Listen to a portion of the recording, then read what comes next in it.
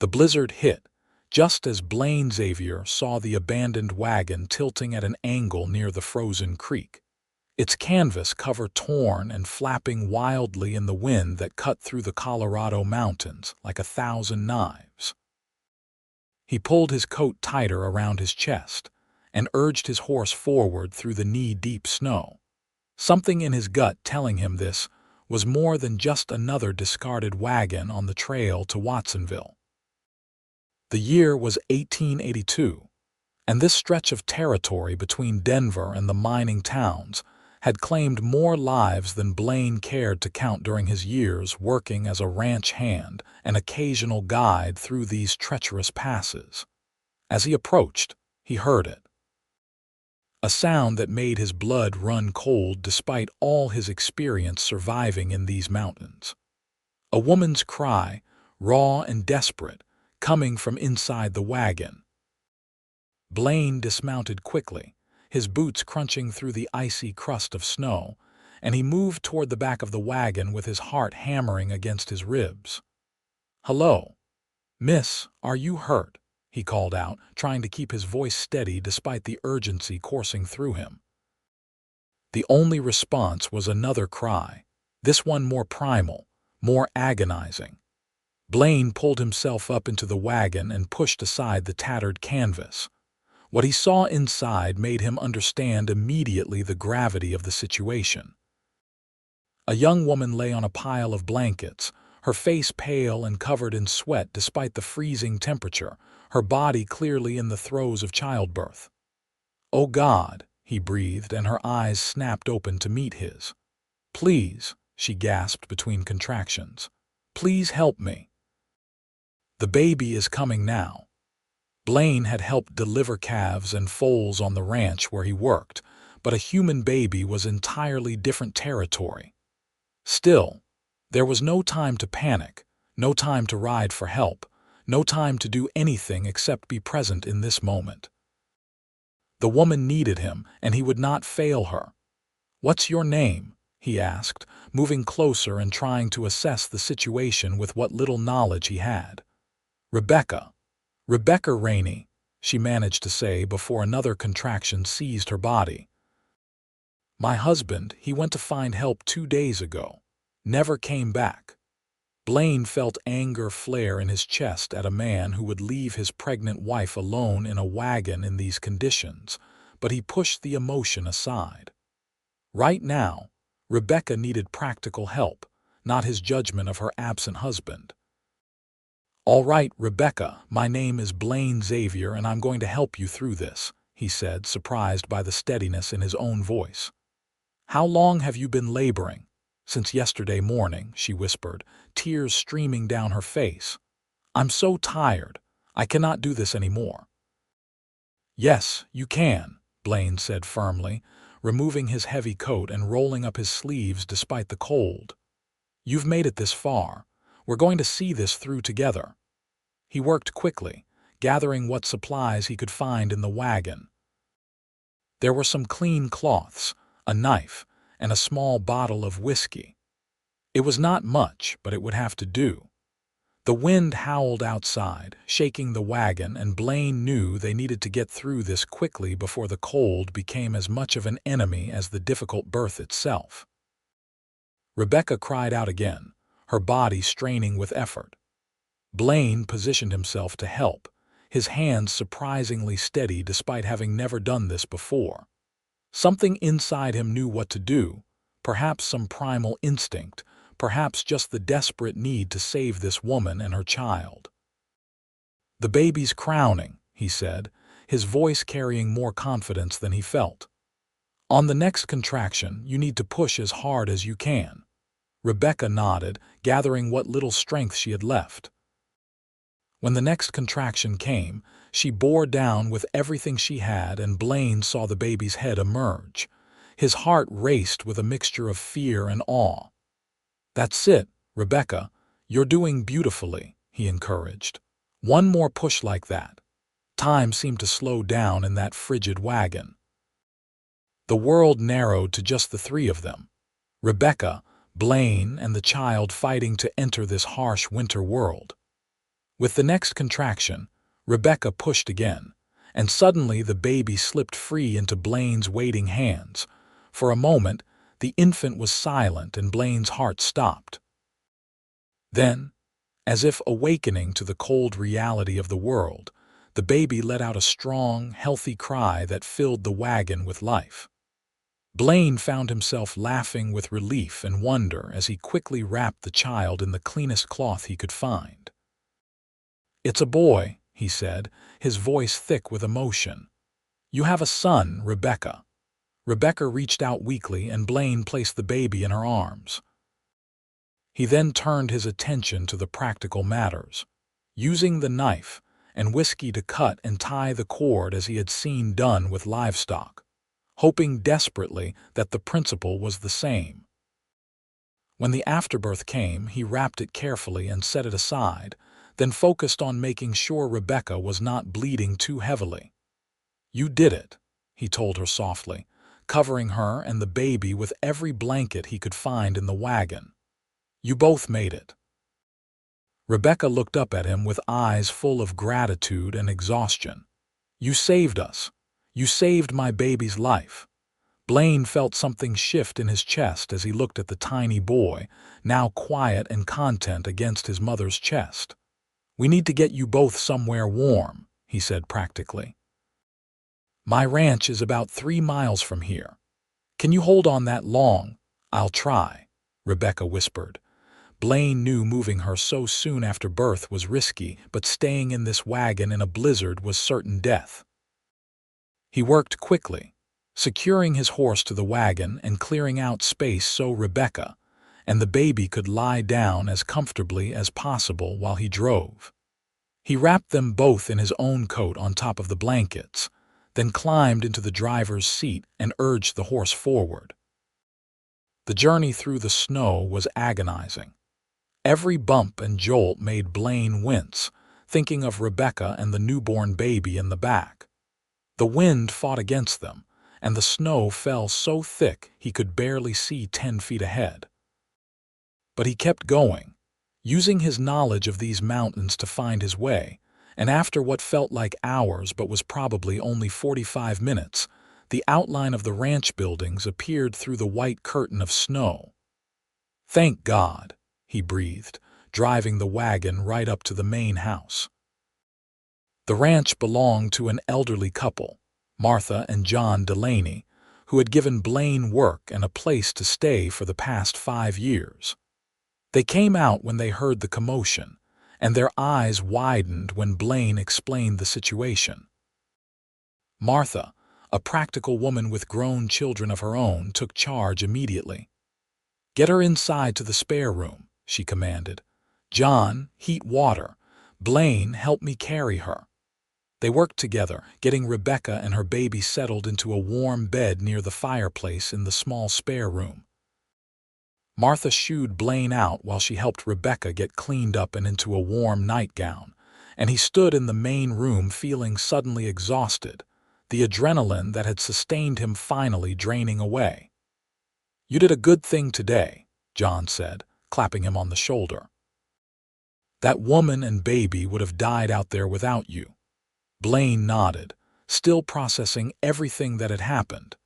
He had woken up this morning planning to check the trap lines on the far edge of the property.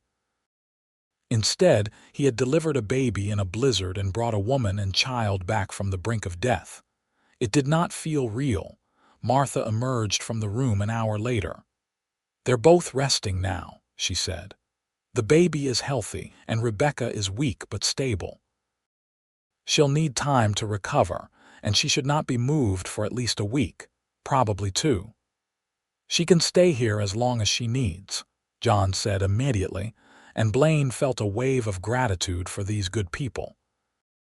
Over the next few days, Blaine found himself drawn to the spare room whenever his work was done. He would knock softly, and Rebecca would invite him in.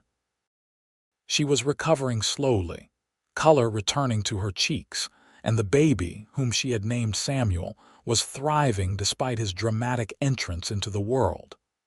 "I still cannot believe what you did," Rebecca said one afternoon as Blaine sat in the chair by her bed. Samuel was sleeping in a makeshift cradle John had constructed. "You saved our lives." "I just did what anyone would do," Blaine said, uncomfortable with her gratitude. "No," Rebecca said firmly. "Most men would have ridden past, especially in that storm. You stopped. You helped. You caught my baby when he came into this world. That makes you special, Blaine Xavier." Blaine felt his face flush. Now that the immediate crisis had passed, he found himself noticing things about Rebecca that he had been too focused to see before. She was beautiful, probably around 22 or 23 years old, with long dark hair and eyes the color of rich earth. More than that, there was a strength in her that called to something deep within him. "What about your husband?" he asked carefully. "Should we send someone to look for him?" Rebecca's expression closed off, and she turned her face toward the window. "Thomas went for help and never returned. I think in my heart I know he is not coming back." "You mean he's dead?" Blaine asked gently. "I mean," Rebecca said slowly, "that Thomas had been regretting our marriage for months. We came west because he wanted to find gold, but all we found was hardship. When I told him I was pregnant, he was not happy. And when the wagon broke down in the storm, I think he saw his chance to escape." The words hung in the air, heavy with pain. Blaine felt anger surge through him again at a man who could abandon his pregnant wife, but he kept his voice calm. "That's a hard thing to accept." "It is," Rebecca agreed, tears shining in her eyes, "but it's the truth. Thomas was not a bad man, but he was weak, and weakness out here can be more dangerous than cruelty." Blaine did not know what to say to that, so he simply reached out and took her hand. Rebecca looked down at their joined hands, then up at his face, and something passed between them, some understanding that went beyond words. The blizzard continued for 3 more days, keeping everyone confined to the ranch. Blaine spent his time helping John with the animals and firewood, but every spare moment found him back in that spare room with Rebecca and Samuel. He found himself falling into an easy rhythm with them, helping when the baby needed to be changed, bringing Rebecca meals, sitting with her while she nursed Samuel, and telling her stories about his life on the ranch. "How did you end up here?" Rebecca asked him one evening as the firelight danced across the walls. "I'm from Kansas originally," Blaine said. "My parents had a small farm, but when I was 18, a drought killed all our crops and we lost everything. My parents went to live with my sister in St. Louis, but I wanted to make my own way. I headed west, worked various ranches and jobs, and ended up here 5 years ago. John and Martha gave me a chance when I needed it most, and I've been here ever since." "Do you like it, the ranch life?" Rebecca asked. "I do," Blaine said honestly. "It's hard work, but it's honest work. And John has been teaching me about managing cattle and horses. He is getting older, and he has been talking about me eventually taking over more of the operations. His children moved back east and have no interest in ranching." Rebecca studied him with those thoughtful eyes. "You're a good man, Blaine Xavier. You have a good heart." The way she said it made something warm bloom in Blaine's chest. He realized with a start that he was developing feelings for this woman, feelings that went beyond simple compassion or the bond formed through crisis. He was falling for Rebecca Rainey, and the realization both thrilled and terrified him. When the storm finally broke, the world outside was transformed into a pristine white landscape. John and Blaine rode out to check on the cattle and found they had lost only a few head, which was better than expected. They also searched for any sign of Thomas Rainey, but found nothing. It was as if the man had vanished into the snow. "He is probably dead," John said bluntly. "Either froze to death or got taken by wolves, or he made it to Watsonville and kept going. Either way, that woman is on her own now." Blaine thought about Rebecca and Samuel, and something protective and fierce rose in him. "She is not on her own," he said quietly. "She has us." John gave him a knowing look but said nothing. As the weeks passed, Rebecca grew stronger. She began helping Martha around the house, insisting on earning her keep even though both Martha and John told her repeatedly that she was welcome to stay as long as she needed without working. Samuel grew too, becoming more alert and developing a personality. And to Blaine's surprise and delight, the baby seemed to recognize him, would stop crying when Blaine held him, and would stare up at him with curious blue eyes. "He knows you," Rebecca said one evening as Blaine walked the fussy baby around the main room, rocking him gently. "He knows you're the first person who held him in this world." "He's a good boy," Blaine said softly, looking down at Samuel's tiny face. "Strong and brave like his mother." Rebecca smiled and Blaine felt his heart skip. He had never been much for romance, had always been too focused on work and survival to think much about love. But with Rebecca, it felt natural, like something that had always been waiting for him, like coming home after a long journey. One night, after Samuel had been put to bed and Martha and John had retired to their room, Blaine and Rebecca sat together by the fire in the main room. The ranch was quiet except for the crackling of the logs and the occasional sound of wind against the windows. "I should start thinking about what comes next," Rebecca said softly. "I cannot impose on the Delaney's hospitality forever." "You're not imposing," Blaine said quickly. "They love having you here, we all do." Rebecca turned to look at him, the firelight playing across her features. "And what about you, Blaine? What do you think should come next?" His heart hammered in his chest. This was the moment, he realized, the moment where he could speak his truth or let her slip away. "I think," he said carefully, "that you and Samuel should stay here with me." "With you?" Rebecca's voice was barely a whisper.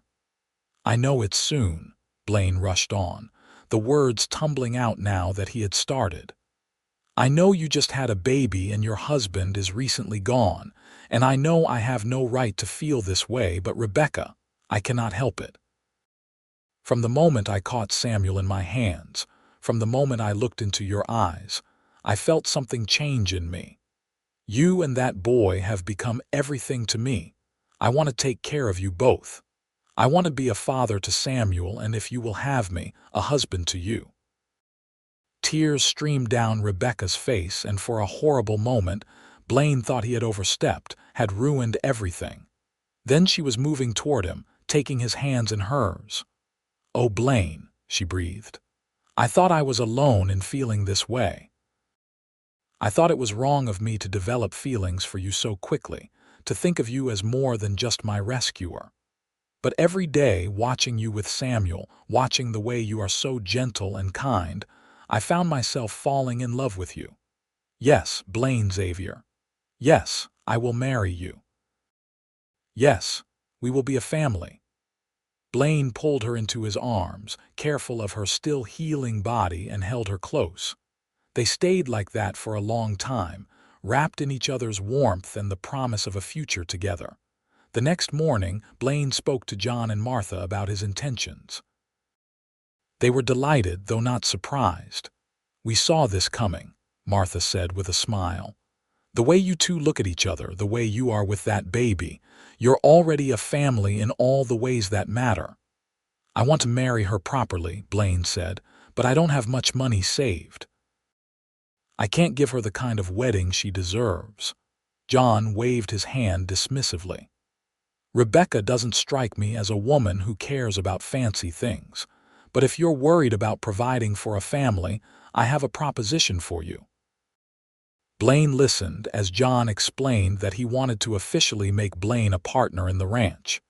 He would sign over half the property now, with the rest coming to Blaine and Martha upon their deaths, since their own children had no interest in it.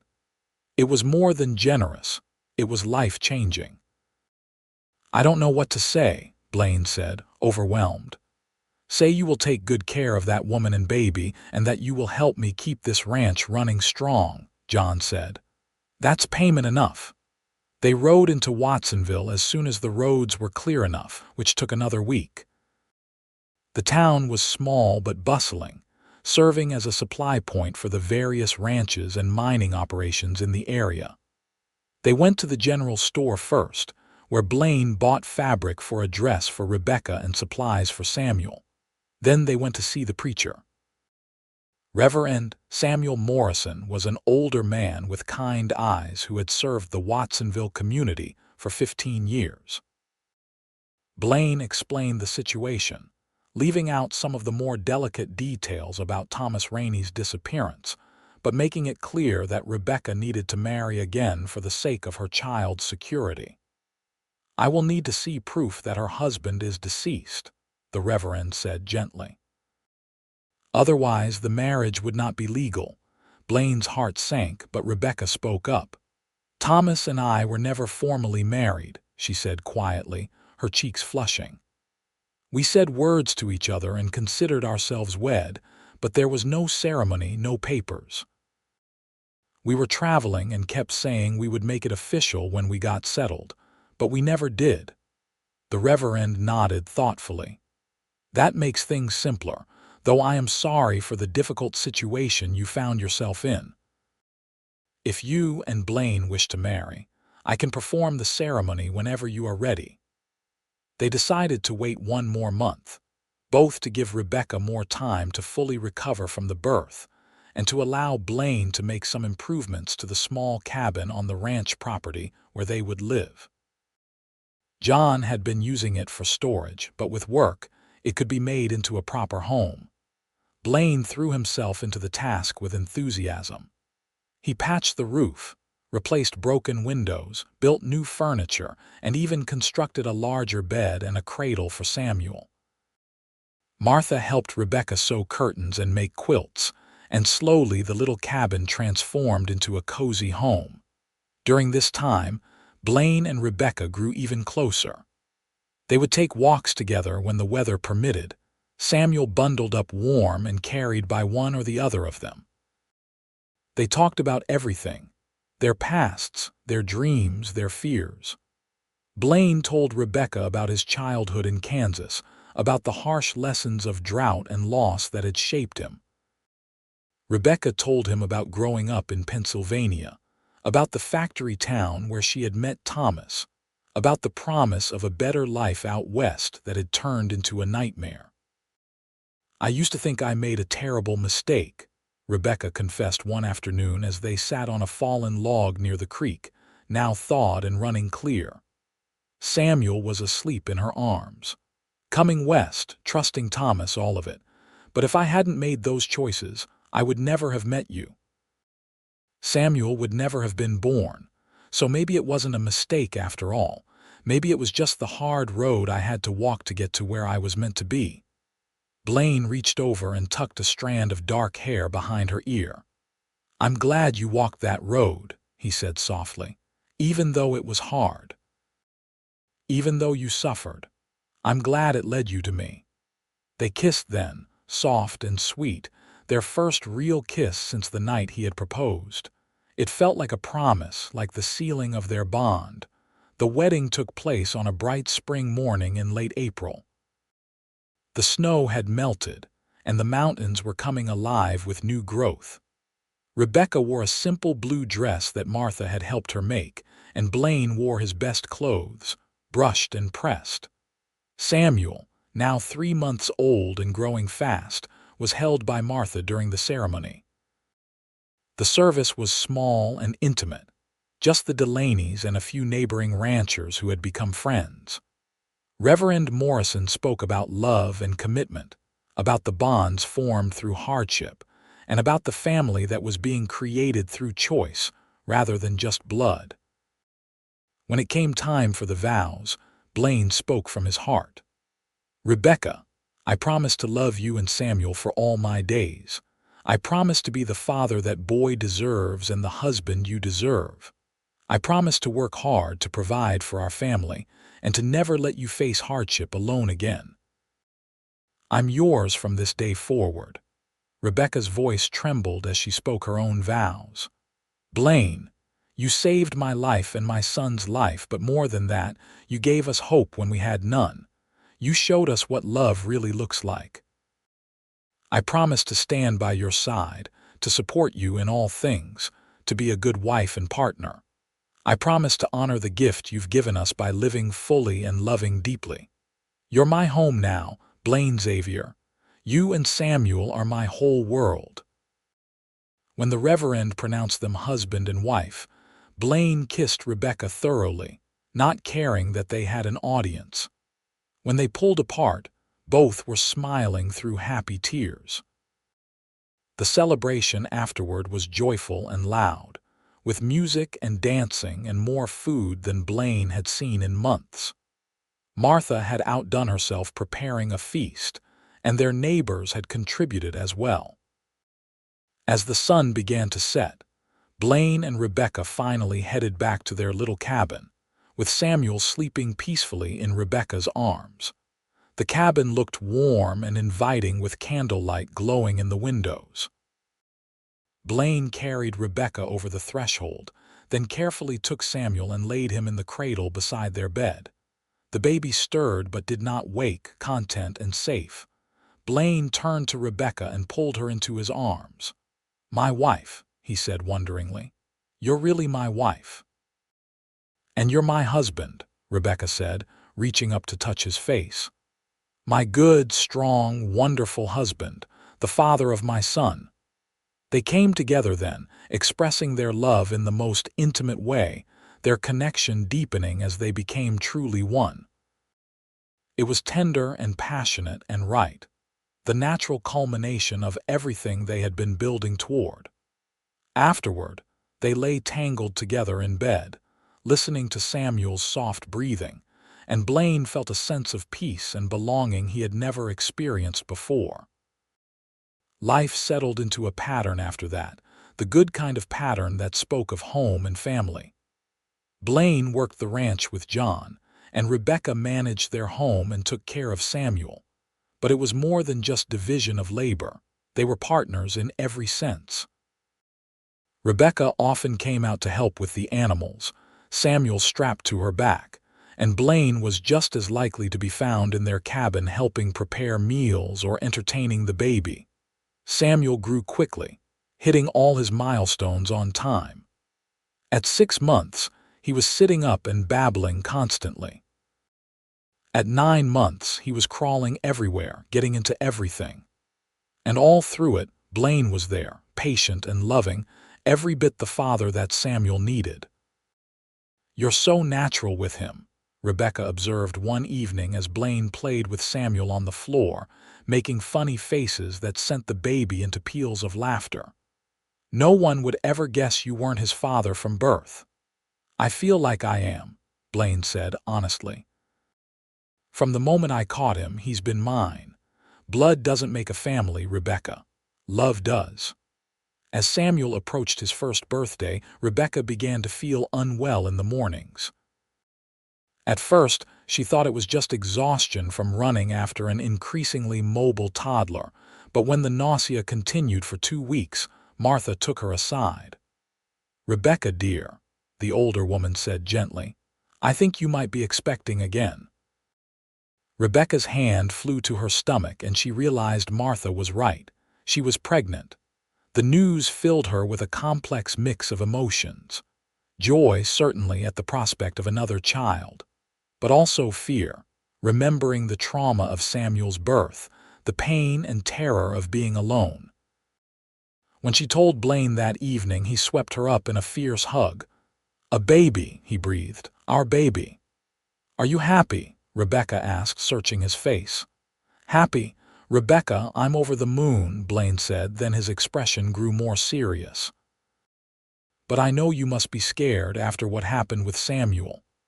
"I am," Rebecca admitted, "but this time will be different. This time I have you. This time I'll have a real doctor and a safe place to deliver." "You will," Blaine promised. "I'll make sure of it. We'll do everything right this time." They told Samuel on his first birthday, even though he was far too young to understand. The whole ranch celebrated, with Martha making a small cake and everyone singing. Samuel, who had just started walking unsteadily, toddled around the cabin in his new clothes, his face sticky with frosting, and Blaine felt his heart swell with love. "Next year at this time, you'll be a big brother," Rebecca told the boy, kissing his dark curls. "What do you think about that?" Samuel just laughed and reached for his father. Blaine scooped him up, holding him close, and looked at Rebecca across the room. Their eyes met, full of love and anticipation for what was to come. The pregnancy progressed smoothly, which was a relief to everyone. Rebecca had some morning sickness, but nothing severe, and she remained active and healthy throughout. Blaine was protective almost to a fault, constantly worrying and trying to keep her from doing too much work, until Rebecca finally sat him down and told him gently that she was pregnant, not broken. I know," Blaine said, running his hand through his hair in frustration. "I just keep thinking about finding you in that wagon, about how close we came to losing you and Samuel. I cannot go through that again, Rebecca. I cannot lose you." "You won't," Rebecca said firmly, taking his hands. "I'm strong and this baby is healthy. I can feel it. And when the time comes, we'll be in our home with a doctor present. Everything will be fine, Blaine. You have to trust that." He pulled her close, breathing in the scent of her hair. "I do trust," he said quietly. "I just love you so much it scares me sometimes." "I love you too," Rebecca whispered back. "So very much." Winter came again, and with it the memories of the previous year. But how different this winter was, Blaine thought. Instead of a desperate woman alone in a wagon, Rebecca was safe and warm in their cabin, her belly growing round with new life. Instead of uncertainty and fear, they had stability and love. Instead of being strangers, they were a family.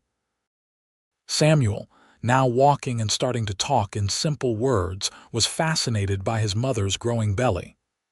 "Baby," he would say, patting it gently. "Baby in there." "That's right," Rebecca would tell him. "Your little brother or sister is in there, growing big and strong."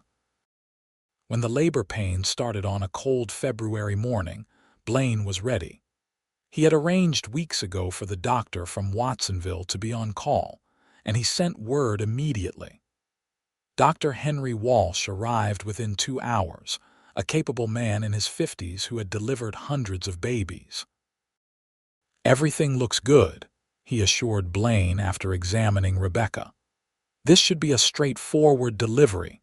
The baby is positioned well, and Rebecca is healthy and strong."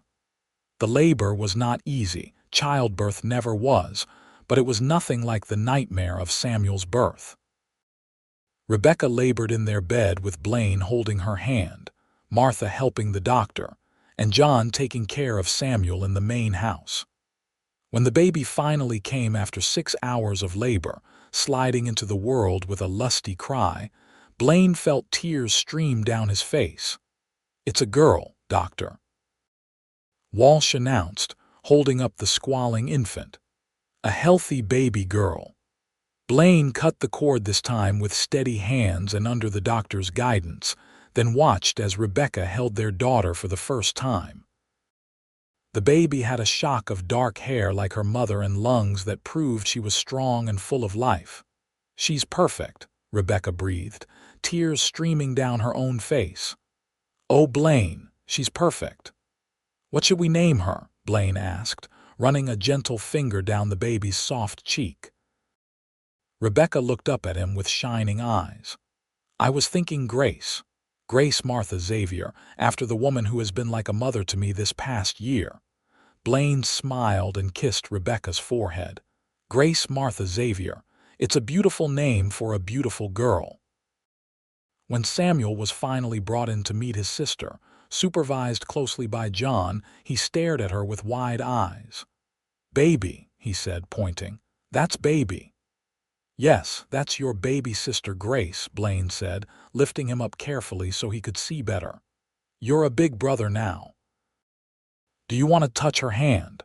Samuel reached out one chubby finger and gently touched Grace's tiny fist.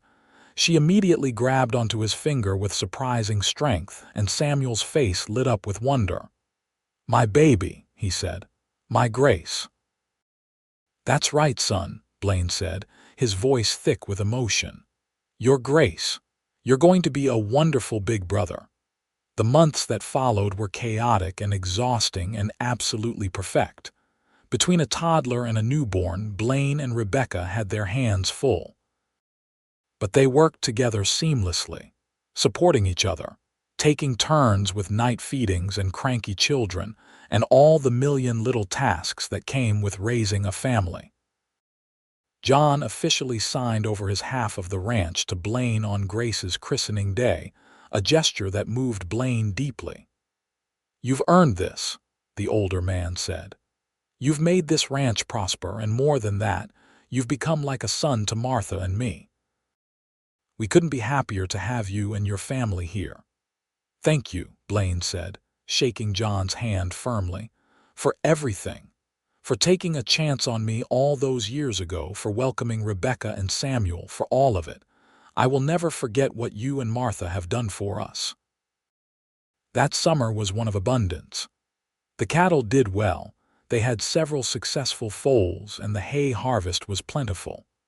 Blaine hired 2 additional hands to help with the increased workload, and the ranch began to turn a significant profit. He opened an account at the bank in Watsonville and began putting money aside for the children's future. Rebecca blossomed in motherhood and as a ranch wife. She started a large vegetable garden and learned to preserve food for the winter. She made friends with the other ranch wives in the area, and their home became a gathering place for meals and celebrations. Samuel was talking in full sentences now, following his father everywhere, wanting to help with every task. And Grace was growing fast, a happy baby who smiled at everyone.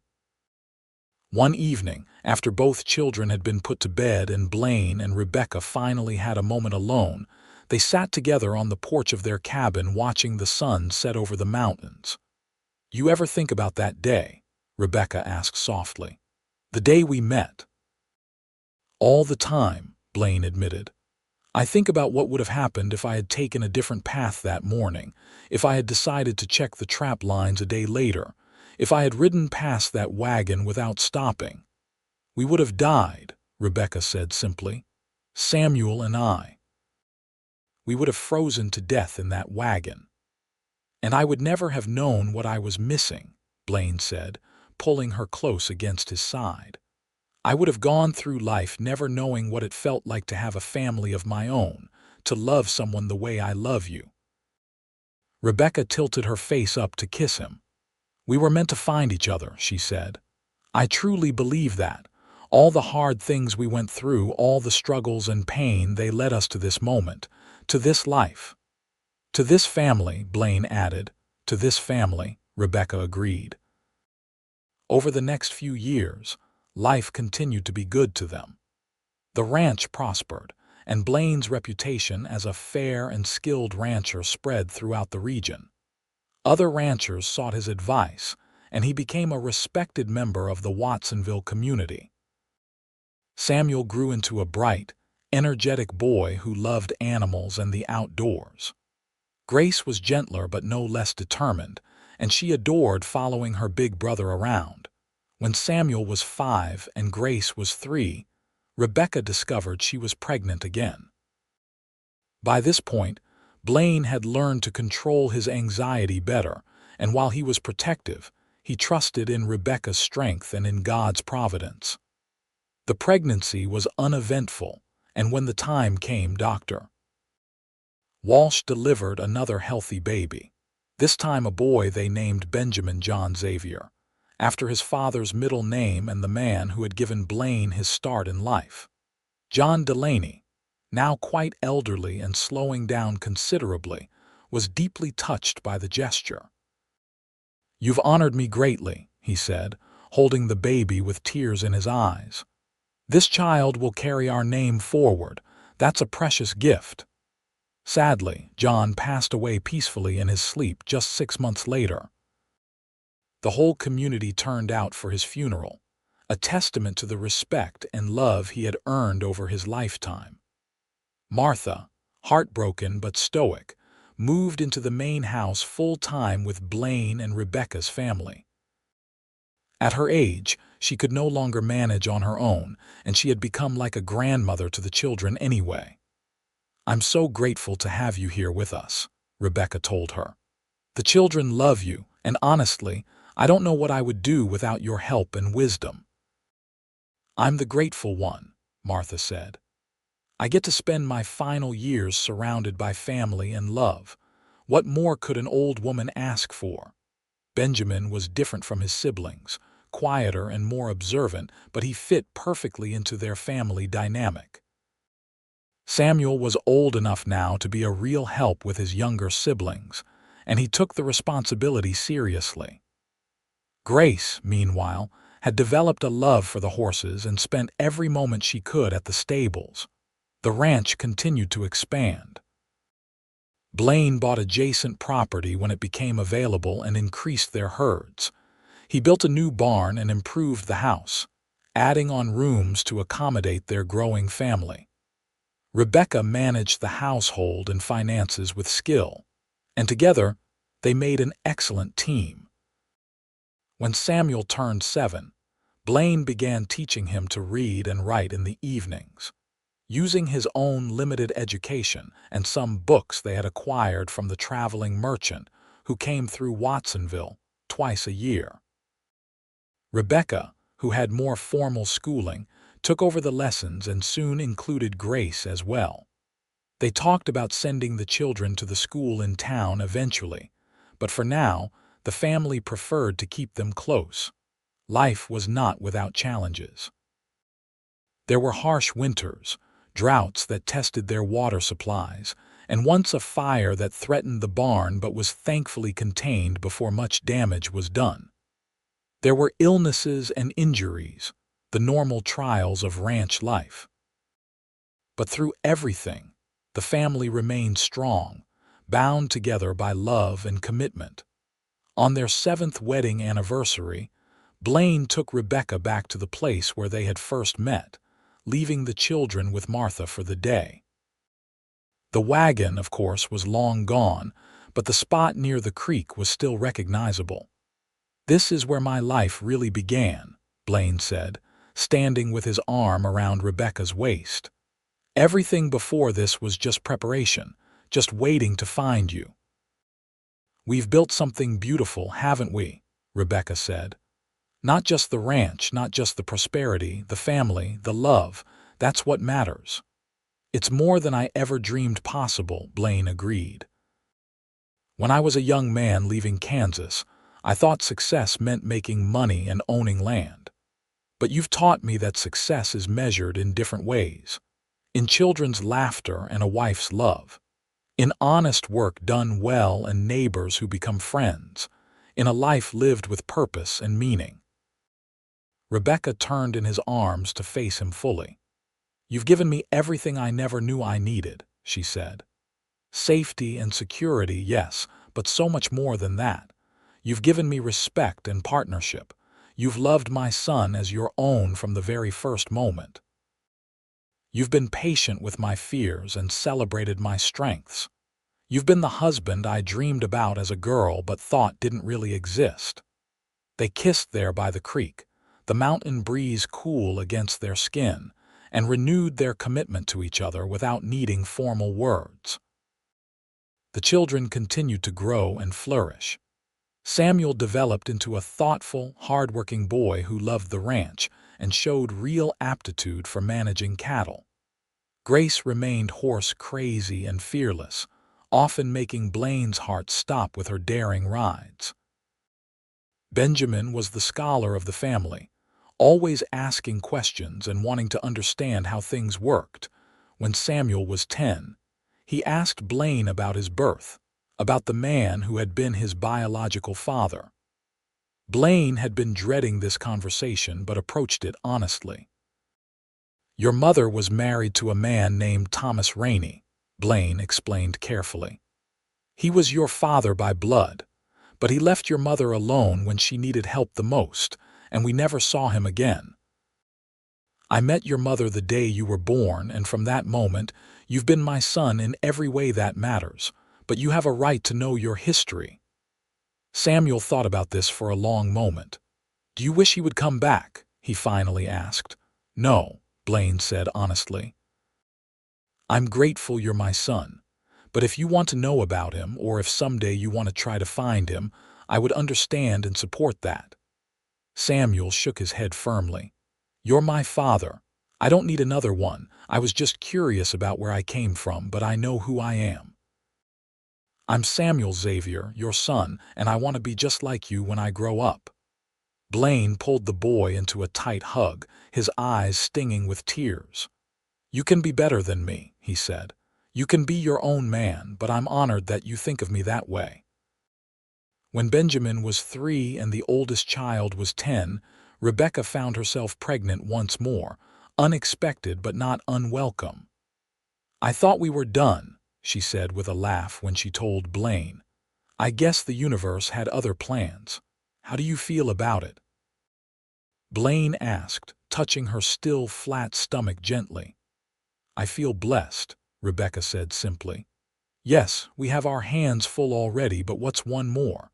And honestly, I love being a mother. I love our family. If we're meant to have another baby, then I'm happy about it." The pregnancy was harder this time, with Rebecca being older and having 3 active children already demanding her attention. But Martha helped tremendously, and the older children pitched in. When Rebecca went into labor on a warm summer evening, the whole family was involved in some way. Samuel kept Grace and Benjamin occupied in the barn, while Martha assisted Dr. Walsh and Blaine supported Rebecca. The baby came after a long but uncomplicated labor, a girl with blonde hair like Blaine's and Rebecca's dark eyes. They named her Rose Margaret Xavier, and she completed their family in a way none of them had anticipated but all recognized immediately. 4 children, Blaine said wonderingly that night, holding tiny Rose while Rebecca slept. "I went from having no family at all to having 4 children. How did I get so lucky?" "It's not luck," Martha said, sitting nearby and knitting. "It's love. Love builds families and makes them strong. You and Rebecca have that in abundance, and it shows in those children." Blaine looked down at Rose's sleeping face, then over at Rebecca resting peacefully, and he felt a contentment so deep it was almost overwhelming. This was his life now. This was his family, and he would protect it and nurture it with everything he had for as long as he lived. The years continued to pass in that strange way they do, simultaneously slow and fast. Days could feel endless, especially when children were sick or work was hard. But then suddenly a season had passed. A year had gone by and the children had grown again. Samuel hit a growth spurt at 12 and shot up to nearly Blaine's height. He was almost a man, taking on more and more responsibility on the ranch, and Blaine began teaching him the business side of things, the negotiations with buyers and the financial planning that went into running a successful operation. Grace, at 10, was still wild but maturing into a young woman, her love for horses channeled into real skill at training them. Blaine started letting her work with the new foals, and she had a gift for it, a patience and understanding that brought out the best in the animals. Benjamin, at 8, remained bookish and curious. He had read every book they owned multiple times and begged for more. Blaine made a point of buying books whenever they went to Watsonville, and he and Rebecca discussed sending Benjamin to a proper school when he was older, perhaps even to Denver for higher education if that was what the boy wanted. And Rose, the baby, was now a delightful 5-year-old with her father's coloring and her mother's fierce independence. She followed her siblings around constantly, wanting to be part of everything, and they all doted on her. Martha's health began to decline when Rose was 6. The old woman had lived a long, full life, and she faced her fading strength with grace and acceptance. The whole family took turns sitting with her, reading to her, keeping her company. Samuel, now 14 and quite grown up, was especially attentive, reading to her for hours from the Bible and from novels. "You've been a blessing to me," Martha told Blaine one afternoon when they were alone. "John and I never had grandchildren nearby, but you gave us that gift. You let us be part of your family. That means more than you know. You've been like a mother to Rebecca and a grandmother to our children," Blaine said, his throat tight. "You've been family to me when I had none. I'm the one who has been blessed by you." Martha passed away peacefully in her sleep 2 weeks later, surrounded by the love of the family she had helped to build. They buried her next to John on a hill overlooking the ranch, and the whole community turned out to pay their respects. The loss hit them all hard, but especially Rebecca, who had leaned on Martha's wisdom and support for so many years. "She lived a good life," Rebecca said at the graveside. "She loved and was loved. That's all any of us can hope for." Life continued because it had to, because that was what Martha would have wanted. The ranch kept running, the children kept growing, and slowly the grief softened into warm memories and gratitude for the time they had been given. When Samuel was 16, a man came to the ranch asking questions about Thomas Rainey. He was a lawyer from Pennsylvania, looking for information about his deceased client's son. Blaine and Rebecca spoke with him privately while the children were doing chores.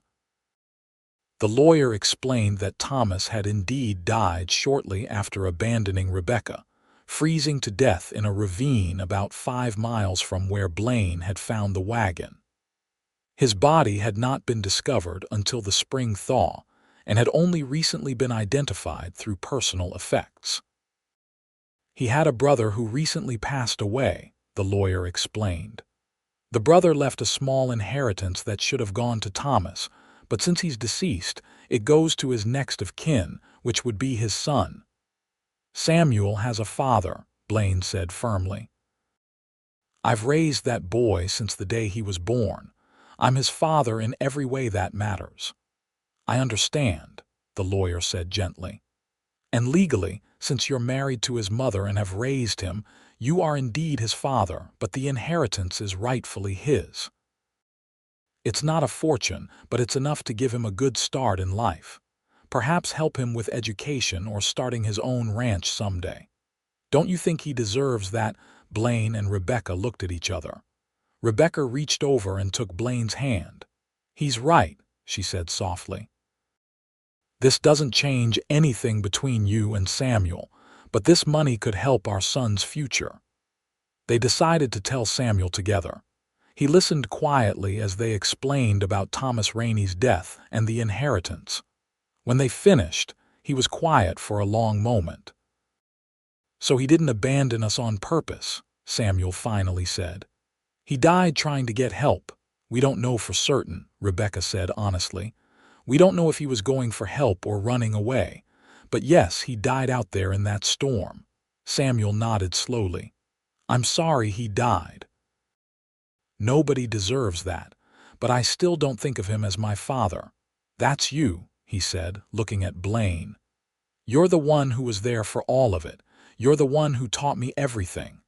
I'll accept the inheritance because it's practical, but it doesn't change how I feel." Blaine felt pride swell in his chest. His son, and Samuel was his son regardless of blood, had grown into a fine young man with a good heart and a clear sense of what mattered.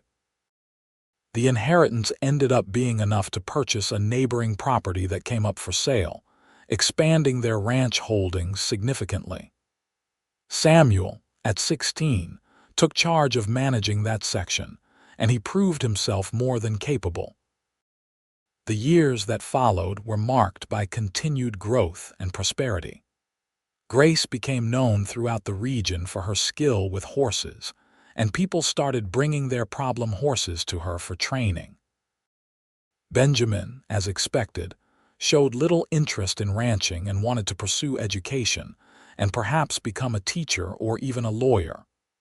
Blaine and Rebecca supported him fully, understanding that each child needed to find their own path.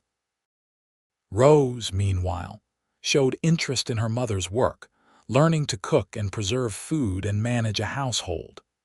She was also developing a skill for numbers and started helping with the ranch bookkeeping under Rebecca's guidance. When Samuel was 18, he started courting the daughter of a neighboring rancher, a sweet girl named Annie who fit perfectly into their family.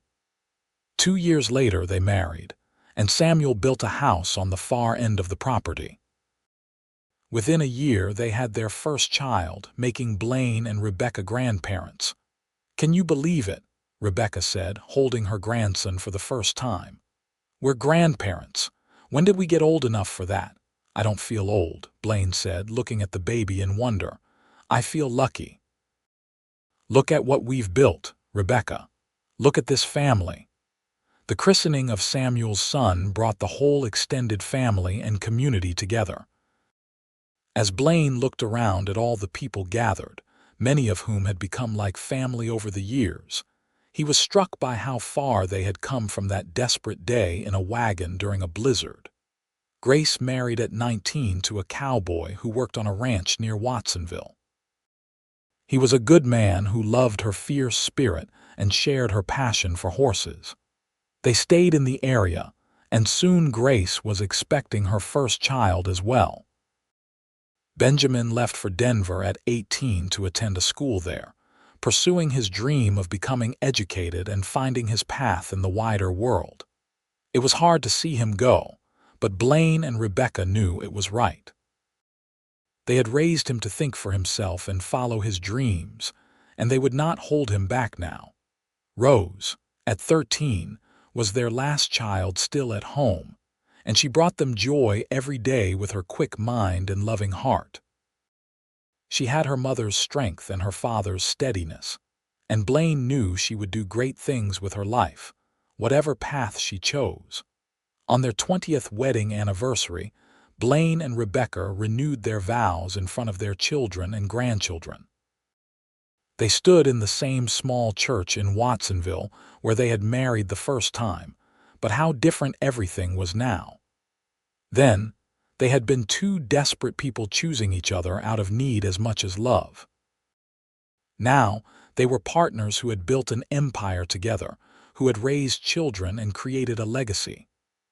20 years ago, I found you in a wagon in a blizzard, Blaine said during the ceremony. I caught your son as he came into the world, and in that moment my life changed forever. You've given me everything, Rebecca. Purpose and family and love.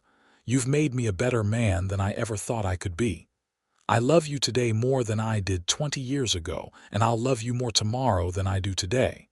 You're my heart, my home, my everything. Rebecca's voice was thick with emotion as she spoke. You saved my life and Samuel's life that day, but you did so much more than that. You gave us dignity and security. You chose us when you didn't have to. You loved Samuel as your own and gave me 3 more beautiful children. You've been my rock through every storm and my partner in every joy. You're the best man I've ever known, Blaine Xavier, and I thank God every day that he led you to that wagon on that frozen day. I love you with everything I am, and I always will. There was not a dry eye in the church as they sealed their renewed vows with a kiss. The celebration afterward was joyous, with music and dancing and laughter. All 4 of their children were there, some with their own children now, and the ranch hands they had employed over the years, and friends and neighbors from throughout the region. As the sun set and Blaine and Rebecca finally had a moment alone, they stood together looking out over the land they had built together. You ever regret it? Rebecca asked softly. Stopping for that wagon, taking on a stranger and her baby. Blaine turned to look at his wife, this woman who had given him everything that mattered in life. Her face showed her years now, lines around her eyes and threads of silver in her dark hair, but to him, she was as beautiful as the day he first saw her. Never, he said firmly. Not for one single moment. That was the day I found my purpose, the day I found my family. You and Samuel, Grace, Benjamin, and Rose, and now grandchildren, this ranch, this community, all of it came from that one moment when I chose to stop and help. It was the best decision I ever made. Rebecca leaned into him, and he wrapped his arms around her, holding her close as they watched the stars begin to appear in the darkening sky. "We built something good here," she said. "Something that will last beyond us. The children will carry it forward and their children after them. We've created a legacy of love and family and hard work. That's more than most people get in a lifetime." "It's more than I ever dreamed possible," Blaine agreed. "When I left Kansas all those years ago, I was just a kid looking for work and a place to belong. I found so much more than that. I found home. I found you." The years continued to pass, bringing changes as they always did. Benjamin became a teacher in Denver but visited regularly and eventually married a woman from the city. They had 2 daughters who loved visiting the ranch and learning about their heritage. Grace and her husband took over management of the horse training business, building it into a thriving enterprise. Samuel and Annie had 4 children and expanded their section of the ranch into a successful operation of its own. Rose, their youngest, surprised everyone by falling in love with the new doctor who came to Watsonville, a young man fresh from medical school in the East who was drawn by the challenge and adventure of frontier medicine. They married when she was 19, and she became his assistant, learning medicine alongside managing their household. She gave birth to twins, a boy and a girl, making Blaine and Rebecca grandparents for the 7th and 8th time. As Blaine moved into his 50s, he gradually turned over more and more of the daily ranch operations to Samuel, while remaining involved in major decisions. He spent his time with the grandchildren, teaching them to ride and rope and all the skills he had learned over his lifetime. He also took time to simply be with Rebecca, to enjoy the life they had built together. One evening, sitting on the porch of their cabin much as they had done countless times before, Rebecca said, "I've been thinking about that day in the wagon a lot lately. Not with sadness or fear like I used to, but with gratitude. Everything that happened, as hard as it was, led to this life. I wouldn't change a single thing." "Neither would I," Blaine said, taking her hand. "Catching Samuel as he came into the world, that was the moment I became a father. Not just to him, but to all our children. That was the moment I understood what it meant to be responsible for another life, to love someone more than yourself. You taught me that, Rebecca.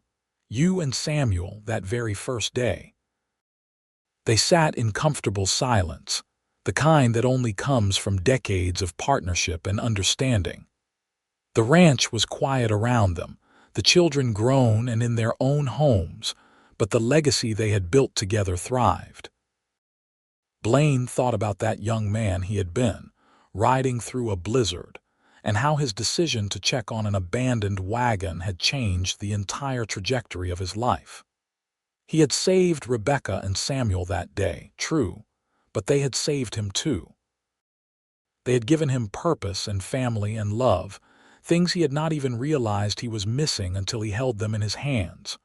"What are you thinking about?" Rebecca asked, noticing his thoughtful expression. "Everything," Blaine said. "Nothing. Just feeling grateful for this life we've built." Rebecca squeezed his hand. "Me too. Every single day." As they grew older, moving into their 60s and then 70s, Blaine and Rebecca watched their family continue to grow and thrive. Their grandchildren had children of their own, making them great-grandparents.